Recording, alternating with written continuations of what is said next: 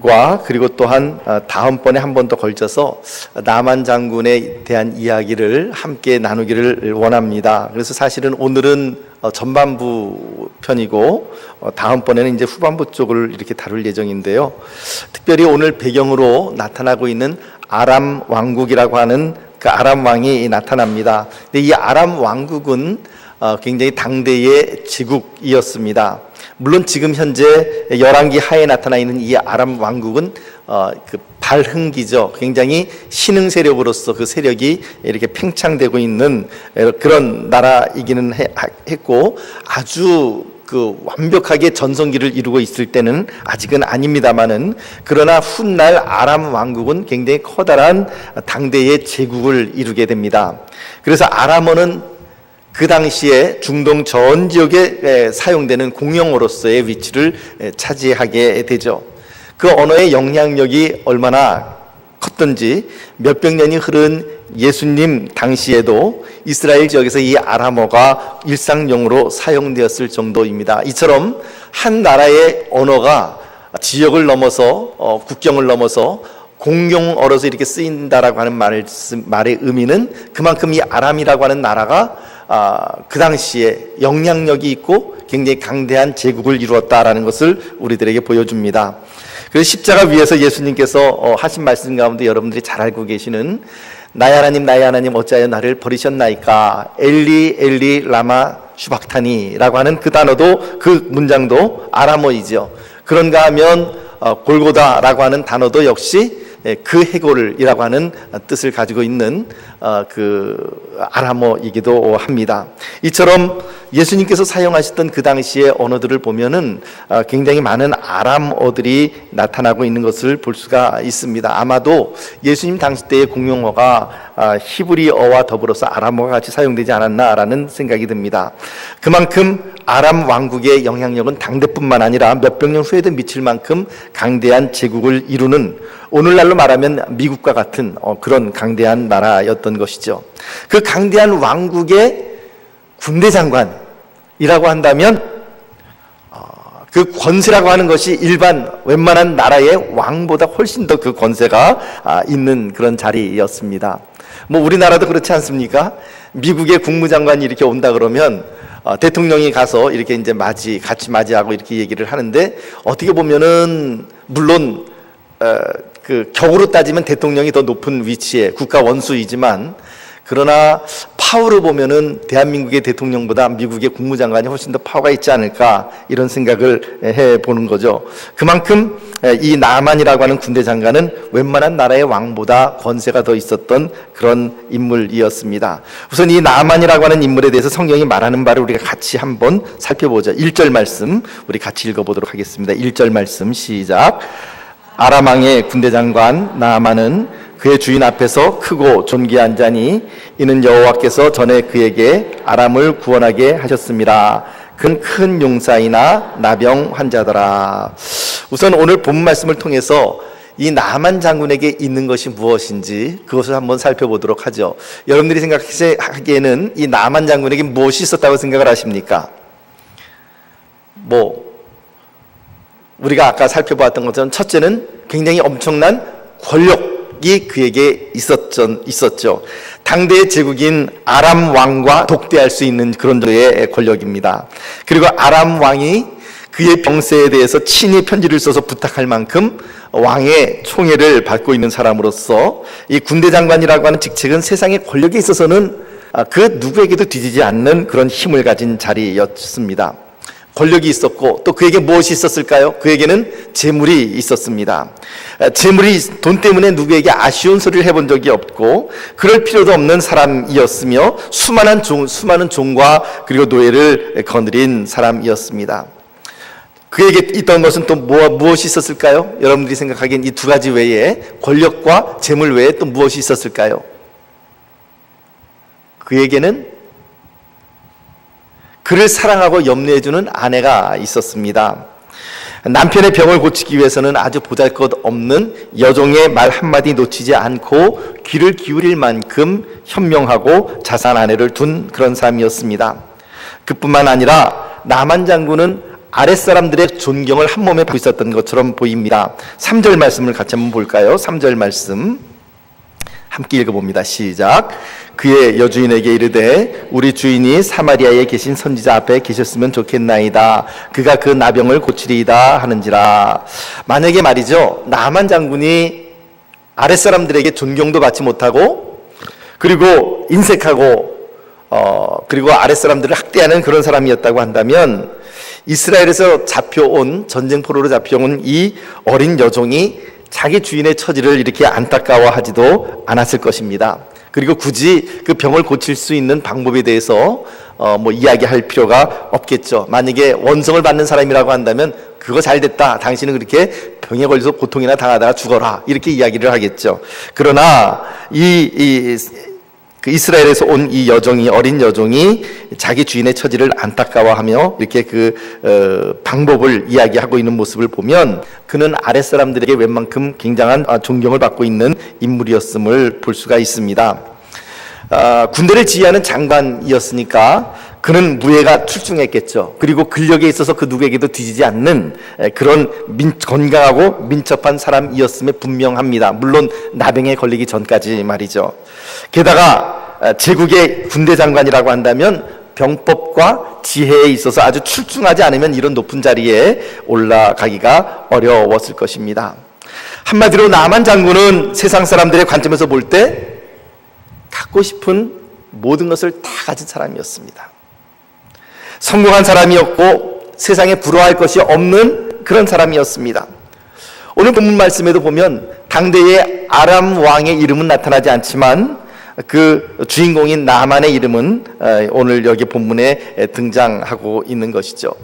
성공한 남자였고 힘과 인격을 겸비한 지도자였고, 그래서 우리가 생각할 때는 한 번뿐인 인생 저렇게 한번 살아보면 얼마나 좋을까라는 생각이 들 정도입니다.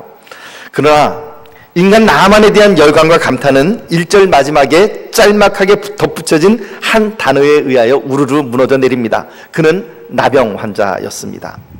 나병이 얼마나 힘겨운 절망적인 병인지 일찍이 한센병 그 환자였던 시인 한아운 선생이 지은 전라도길이라고 하는 그런 시가 있습니다. 이 전라도길이라고 하는 것은 당시에 나병 환자들이 그 소록도로 가는 길을 가리키는 바로 그러한 제목이었죠. 대학 시절 이 시를 읽으면서 굉장히 가슴이 아렸던 그런 생각이 납니다. 잠깐 읽어드리면 그 내용은 이런 것이죠. 전라도길, 가도 가도 붉은 황토길, 숨막히는 더위뿐이더라. 낯선 친구 만나면 우리들 문둥이끼리 반갑다. 천안 삼거리를 지나도 수세미 같은 해는 서산에 남는데 가도 가도 붉은 황토길, 숨막히는 더위 속으로 절름거리며 가는 길, 신을 벗으면 버드나무 밑에서 찌까다비를 벗으면 발가락이 또 한 개 없어졌다. 앞으로 남은 2개의 발가락이 잘릴 때까지 가도 가도 천리 먼 전라도길. 이것이 바로 그 시인 한아운 선생이 그분이 이제 이 나병에 걸린 상태에서 이제 그 소록도를 가면서 지은 시가 바로 이런 시였습니다. 그만큼 나병이라는 것은 근대에 이르러서도 이렇게 천형으로 여겼던 그 병이었지만, 특별히 이 성경이 기록될 그 당시에는 나병이라고 하는 것은 이거는 저주받은 그런 병이라고 그렇게 말을 할 수밖에 없었습니다. 자기의 의지와는 전혀 상관이 없이 걸린 병입니다. 건강관리를 잘못해서 그랬다 그러면 자기 자신을 탓할 수도 있겠죠. 원래 체력이 약해서 걸렸다 그러면은 체력 관리를 못한 자기 자신을 탓할 수도 있을 것입니다. 그런데 말씀드린 것처럼 이 나만 장군은 이 체력에 있어서는, 그리고 근력에 있어서는 누구에게도 뒤지지 않는 이 아주 건강의 그 결정체였던 사람이 바로 이 사람이었는데, 지금 어떻게 걸렸는지도 모르고 왜 걸렸는지도 모르는 이 나병에 걸렸다라고 하는 이 한 가지 사실만으로 인해서 그가 평생 쌓아온 모든 것들이 다 무너져 내리고 있는 것입니다. 물론 군대 장관인 자기 앞에서 많은 사람들이 고개를 조아립니다. 존경을 표시합니다. 하지만 자기가 없는 곳에서는 서로 입을 가리면서 쑥덕거리고 있는 그런 그 이야기를 그는 들을 수밖에 없었습니다. 아마도 그의 마음 가운데 이런 마음이 있었을 것입니다. 왜 하필 나에게 이런 문제가 생겼을까? 이 피부병만 없다면, 이 나병만 없다면 내 인생은 정말 남부럽지 않은 완벽한 일생일 텐데 라고 하는 그런 이 독백을 하루에도 수천 번 그런 스스로 되뇌이는 그런 형편이었을 것입니다. 근데 여러분, 이 절망스러운 나만 장군의 독백은 꼭 나만의 것은 아닙니다. 때때로 우리 자신도 다른 사람들에게 내보이기 쉽지 않은 나만의 나병, 그리고 나만의 상처가 있는 것을 우리가 고백하지 않을 수 없습니다. 여러분들에게 있는 그것은 무엇입니까? 이것만 없다면, 이 문제만 해결된다면 내 인생 참 멋질 텐데, 참 아름다울 텐데, 참 행복할 텐데 라고 생각하는 그런 부끄러운 얼룩이 우리 모두에게 한 가지씩은 다 가지고 있는 것이죠. 그래서 우리는 어떻게 보면은 영적으로는 다 나병에 걸린 나만 장군과 같은 그런 인물들입니다. 그것이 때로는 허약한 건강 상태일 수도 있습니다. 혹은 재정적인 결핍과 가난일 수가 있고요. 가정 내부에 있는 어떤 문제일 수가 있습니다. 초라한 경력과 학벌과 다른 사람과의 인간관계에서 입은 상처일 수가 있고, 외모가 우리의 약점으로 남아있을 수 있습니다.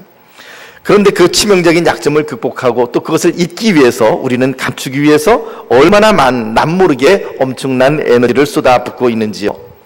재물과 권력을 모두 손에 쥔 나만 장군은 이 치명적인 나병을 극복하기 위해서 자기가 할 수 있는 일을 모든 것을 다 왜 안 해봤겠습니까? 좋다는 약은 다 먹어봤을 것이고, 용하다고 하는 의원은 다 찾아가 봤을 것이고, 하지만 그 모든 노력은 다 수포로 돌아가 버리고 말았습니다. 근대에 이를 때까지 이 나병이라고 하는 이 병은 우리나라에서도 참으로 고칠 수 없는 천형의 병이다라고 그렇게 알려져 있었기 때문에 그렇죠. 그런데 그 모든 노력이 수포로 돌아간 어느 날 뜻밖의 정보를 입수하게 됩니다. 그 뜻밖의 정보는 의외로 어린 나이에 졸지에 타국으로 끌려와서 노예가 된 계집종 한 어린 이스라엘 소녀에게서부터 흘러나왔습니다.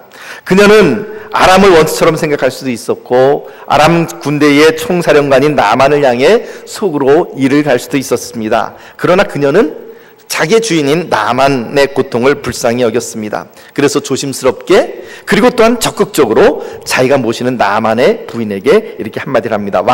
열왕기하 5장 3절 말씀 우리 같이 읽어보도록 합니다. 5장 3절 말씀 한 목소리로 같이 읽어봅니다. 시작.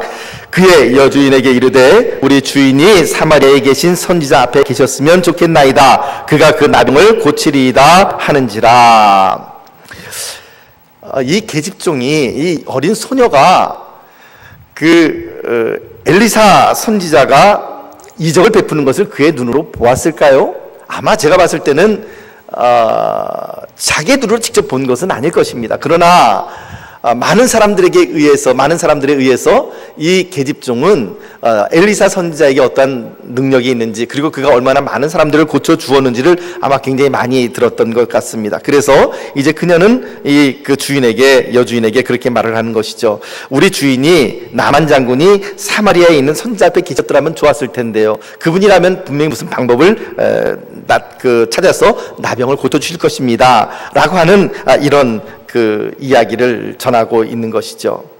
사실 그런 말을 하면 그렇게 이야기하지 않겠습니까? 이 어린 소녀에게 너나 잘해라, 너나 네 걱정 너나 잘해라, 이렇게 얘기를 하지 않겠습니까? 네 주제에 누구 걱정을 하느냐, 이렇게 이야기하지 않겠습니까?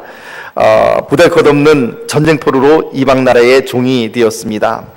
그러니까는 그냥 이 나만 장군이 나병에 걸렸든지 말든지 무관심할 수도 있을 것이고, 혹은 자기 처지가 너무 힘들면 신세 한탄하다가 끝날 수도 있었겠지만, 그러나 이 소녀에게 한 가지 아름다운 마음이 있었습니다. 그것은 바로 주인이든 누구이든 간에 다른 사람의 아픔에 대해서 긍휼히 여기는 마음이 있었다는 것입니다.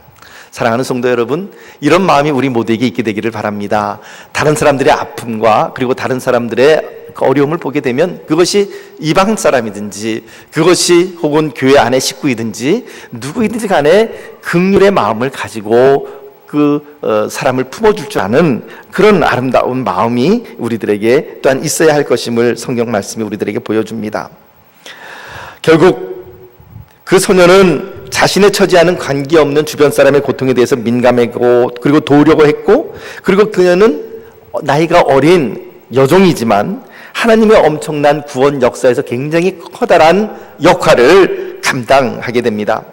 때로 우리의 인생을 놓고 보면 단편적인 시각에서만 보면 비극적인 상황이 있을 수가 있습니다. 아, 쟤는 여종이고 전쟁 포로로 끌려왔고 이제 부모에게 돌아갈 수 있는 그런 희망도 없고 저렇게 살다가 종으로 살다가 죽을 텐데, 이렇게 생각한다면 사실 비극이죠. 그렇게 스스로를 정의한다고 하면 비극입니다. 그러나 중요한 것은 내 처지가 어디에 있느냐가 문제가 아니라 내가 하나님 앞에 쓰임을 받느냐 안 받느냐, 그것이 사실 중요한 것이죠.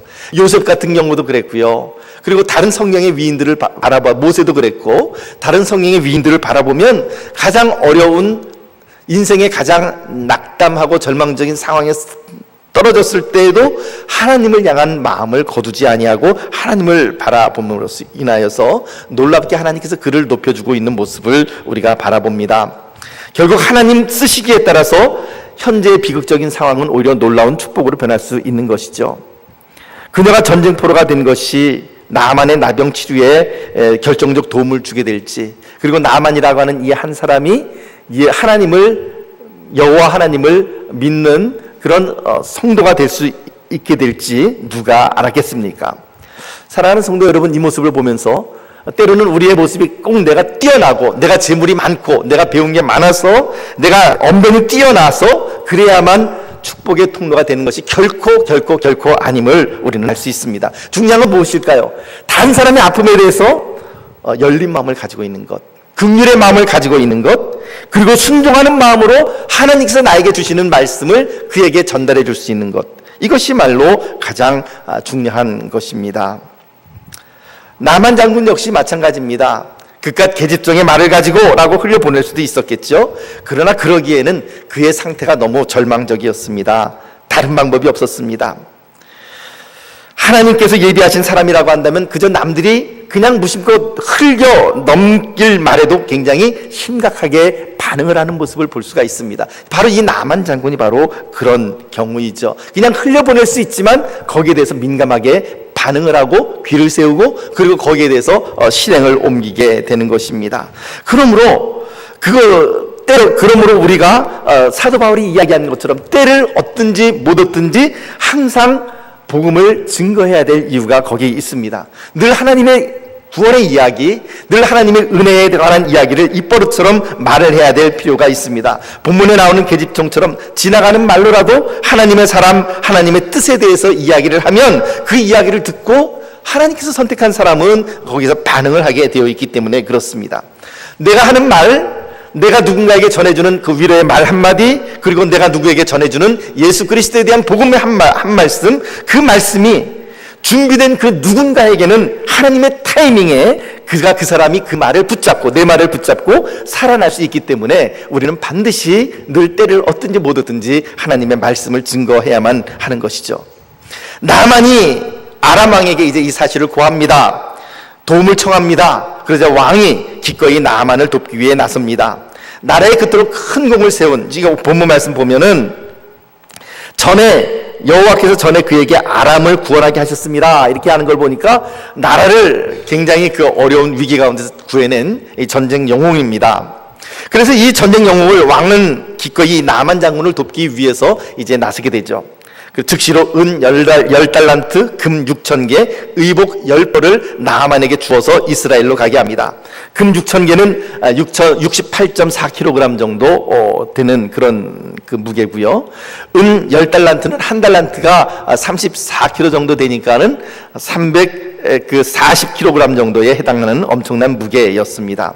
의복 10벌도 왕족들이나 입는 굉장히 화려하고 값비싼 그런 옷을 아마 주었을 것입니다. 이처럼 아람 왕은 어떤 대가를 치르고서라도 나만을 고쳐주고 싶은 마음이 있었습니다. 그리고는 이 아람 왕은 그뿐만 아니라 이스라엘 왕에게 편지를 씁니다. 그 편지의 내용은 이것입니다. 당신은 그의 나병을 고쳐주소서라고 하는 것인데요. 6절 말씀 가운데 그 내용이 나타납니다. 한번 6절 말씀 우리 같이 읽어보도록 하겠습니다. 6절 말씀 함께 읽어봅니다. 6절 말씀 시작. 이스라엘 왕에게 그 글을 전하니 일렀으되 내가 내 신하 나아만을 당신에게 보내노니 이 글이 당신에게 이르거든 당신은 그의 나병을 고쳐주소서 하였더라. 자, 이 아람 왕의 편지가 이스라엘 왕에게, 여호람 왕에게 이제 도달이 되었습니다.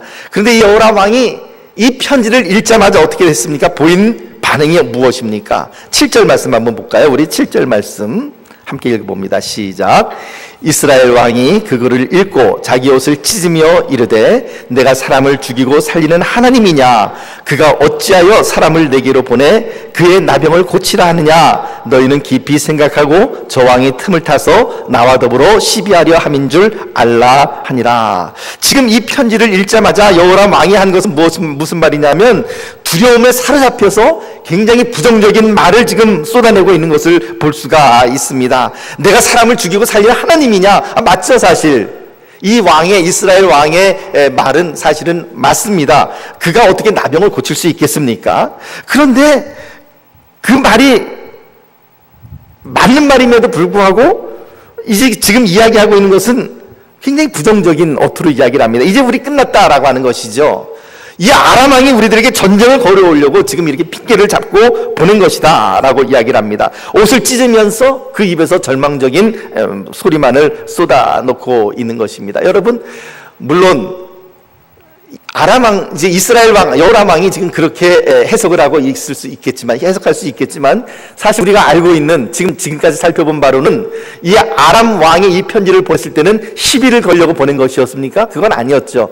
그 액면 그대로입니다. 그 편지에 쓰여 있는 그대로, 내가 내 신하 나아만을 보내니 당신이 그의 나병을 좀 고쳐주시기를 바랍니다. 물론, 그 아람 왕이 이스라엘 왕에게 고쳐달라고 요청을 한 것이 당신이 고치라 이런 얘기는 아닐 겁니다. 단지 이 우리나라에 전쟁포로로 와 있는 이 어린 소녀조차도 잘 알고 알려져 있는 그런 그 사마리아의 선지자가 있다고 하니 당신이 그 선지자에게 다리를 좀 놔주시오 이런 말이 아니었겠습니까? 그런데 지금 이 이스라엘의 왕은 그 편지를 받고는 두려움에 사로잡힙니다. 그리고는 자기 마음대로 해석을 해서 이제 곡해를 하고 있는 모습을 볼 수가 있습니다. 이제 아람 왕이 틈을 타서 나와 더불어 시비를 걸어서 전쟁을 걸어오려고 이제 이 병을 못 고치면 때는 이때다 하고 쳐들어오려고 꾸민 것이구나. 옷을 찢으며 매우 절망적인 소리를 쏟아놓습니다. 사랑하는 성도 여러분, 사람은 크게 두 종류로 나뉘는 것 같습니다. 무슨 문제를 첫 번째 부류는요, 무슨 문제를 만날 때 자초지종 내용도 알아보지 않고 불평하고 원망하고 부정적인 말을 막 쏟아놓는 사람입니다. 그런데 분명한 것은 성경 어디를 보아도 하나님께서는 이렇게 부정적인 말을 하는 사람, 나 죽었다, 이제 끝났다 이렇게 이야기하는 사람을 하나님께서는 결코 쓰지를 않으신다라고 하는 것입니다. 오히려 믿음의 사람은 이렇게 말을 합니다. 하나님이 함께 계시면 이것은 아무런 문제가 될 수 없다. 기도하고 하나님께 맡기자. 우리는 이거를 너무나도 잘 알죠. 12명의 정탐꾼이 갔던 이야기에 대해서 우리 너무나도 잘 압니다. 10명의 정탐꾼이 뭐라 그러죠? 우리는 그들에게 비하면은 메뚜기와 같다 이렇게 이야기를 합니다. 그러나 여호수아와 갈렙은 뭐라고 이야기합니까? 그들은 우리의 빵이다. 우리 성경은 우리의 밥이다 이렇게 돼 있지만 원어에는 우리의 빵이다 이렇게 돼 있습니다. 우리의 빵이니 가서 취하자라고 이야기를 하는 것이죠. 사랑하는 성도 여러분, 이 두 가지의 길이 우리 앞에 놓여 있을 때 저나 여러분들이 또 우리 평택제일교회가 선택해야 될 길은 어떤 길을 선택해야 될까요? 저는 우리가 부정적인 말을 쏟아놓는 쪽으로 서서는 안 된다고 생각을 합니다. 그것이 서로 부정적으로 보인다 할지라도 하나님께 맡깁시다. 하나님께 기도합시다. 하나님께 기도하면 됩니다. 이렇게 우리가 방향을 설정하고 나가야지 이거는 안 됩니다. 이건 해보나 마나 우리가 뻔히 집니다. 이거 하면 우리 망합니다. 이렇게 이야기하는 것은 하나님께서 결코 기뻐하시는 태도가 아니다라고 하는 것입니다. 사랑하는 성도 여러분, 누군가는 만나면은 그냥 무조건 불평과 원망과 부정적인 말을 써놓지만 어떤 사람들은 절대적으로 긍정을 하고 절대적으로 감사를 하며 나아가는 그런 사람이 있습니다. 그래서 삶의 방식에는 두 가지가 있습니다. 첫째는 두려움으로 살아가는 길입니다. 안 된다, 못한다, 죽는다 이렇게 하는 거죠. 또 다른 하나는 믿음으로 살아가는 것입니다. 하면 된다. 물론 자기 자신을 갖다 이렇게 막 설득시키고 안 되는 걸 갖다가 억지로 자기 체면 거는 게 아니라 하나님께서 나와 함께 하시면, 우리와 함께 하시면 할 수 있다, 해보자 라고 하는 긍정의 믿음으로 사는 방식이 있는 것입니다. 우리는 어떤 길을 선택해야 될 것인가? 바로 저는 우리 평택제일교회와 저와 여러분들이 선택해야 될 길은 긍정적인 길이라고 생각을 합니다. 사랑하는 성도 여러분, 앞으로도 절대 부정적인 말을 쏟아놓지 마십시오. 서로 지금 현재 상황이, 시츄에이션이 정말 절망적인 것처럼 보인다 할지라도 우리에게는 하나님이 계시지 않습니까? 저는 죄송합니다마는 그런 생각이, 제가 예수를 믿는 제가 이제 고등학교 2학년 때 인격적으로 예수님을 영접을 했는데, 교회 다니기 시작한 건 중학교 2학년 때부터입니다만은 인격적으로 예수님을 영접한 것은 고등학교 2학년 때입니다. 그런데 고등학교 2학년 때 예수님을 영접하면서 지금까지 한결같이 제 마음 가운데 분명하게 남아있는 확신이 있습니다. 그것은 무엇이냐면 기도하면 되지, 그거였습니다. 기도하면 된다는 것이죠. 기도하면 됩니다. 사랑하는 성도 여러분, 하나님께서 우리와 함께 계시기 때문에 우리가 해야 될 것은 부정적인 쪽을 택하는 것이 아니라 긍정의 쪽을 택해야 되고, 불평하는 것이 아니라 감사의 쪽을 택하면 반드시 하나님의 역사가 일어나고 하나님께서 영광을 받으시고 우리의 삶 가운데 축복이 임하게 되어 있습니다. 그것이 바로 영적인 이 성경의 원리인 것이죠. 이 요람 왕이 정말로 하나님을 잘 믿는 신실한 사람이었다면 불평을 쏟아놓기 전에 먼저 엘리사를 생각했어야죠. 당장 생각이 안 난다 할지라도 이거 우리 가지고 하나님 앞에 나가서 기도해보자. 하나님께서 기도하면은 그에게 엘리사를 생각나게 해주지 않으셨겠습니까? 영적으로 메마르게 되면 항상 위기 앞에서 못난 모습을 보이게 되어 있습니다. 위기 앞에서 이제 죽었다 그러고 옷 찢어버리는 거죠. 사랑하는 성도 여러분, 기억하십니까? 제자들은 갈릴리의 험한 풍랑과 그리고 폭풍 속에서 물 위를 걸어오시는 예수님을 보고 유령이다라고 난리를 쳤습니다. 믿음이 없으면 뭐가 보입니까? 유령이 보입니다. 그러나 믿음을 가지면 무엇이 보입니까? 믿음을 가지고 정신을 차리면 예수님이 보이는 것이죠. 믿음 없는 이스라엘 왕은 엘리사의 존재를 보지 못했습니다. 그랬기에 상대방의 의도를 곡해하며 트집 잡아서 전쟁하는 것인 줄 알았던 것이죠. 오늘 우리들의 눈에 보이는 것은 무엇입니까? 사랑하는 성도 여러분, 오늘은 여기에서 정반부로 이제 말씀을 맺고 다음번에 이제 하반부의 말씀을 마저 전해드릴 텐데요.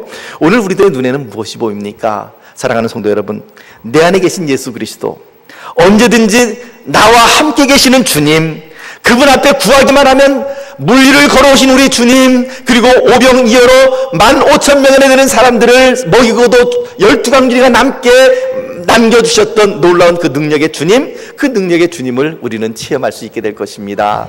사랑하는 성도 여러분, 그러므로 이제 우리가 취해야 될 것은 부정적인 방향이 아니라 긍정의 방향, 그리고 또한 불평이 아니라 감사의 방향, 그 방향으로 나가시기를 바랍니다. 마지막으로 요한 1서 4장 4절 말씀을 제가 여러분들에게 읽어드리고 오늘 말씀을 맺도록 하겠습니다. 너희 안에 계신 이가 세상에 있는 자보다 크심이라. 아멘. 다시 한번 드릴 테니까 여러분들은 이 말씀을 아멘으로 받으시기를 바랍니다. 너희 안에 계신 이가 세상에 있는 자보다 크심이라. 아멘. 할렐루야.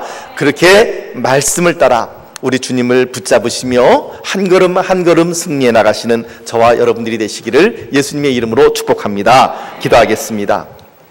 하나님 아버지, 나만 장군의 집에 포로로 끌려가 있던 어린 소녀, 작은 소녀였지만 그녀가 자기 주인의 병세에 대하여 긍휼의 마음을 품었던 것처럼 주님, 오늘 우리들이 어떤 상황에 있든지 주변에 있는 사람들을 향하여 긍휼의 마음을 품을 수 있도록 도와주시옵시고, 하나님 아버지, 그러한 긍휼의 마음을 품을 뿐만 아니라 오늘 우리들 가운데 어떤 어려움이 닥쳐온다 할지라도 여호람 왕처럼 참으로 부정적인 말, 불평의 말, 그리고 또한 이제는 망했다라고 하는 그런 말을, 부정적인 말들을 담는 것이 아니라 오히려 하나님 앞에 가지고 나아가며 하나님 앞에 기도하며 하나님 앞에서 해결함 받고자 하는 오히려 감사가 넘치는 긍정의 방향을 우리가 선택할 수 있도록 우리를 붙들어 주시옵소서. 예수님 이름으로 기도하옵나이다. 아멘.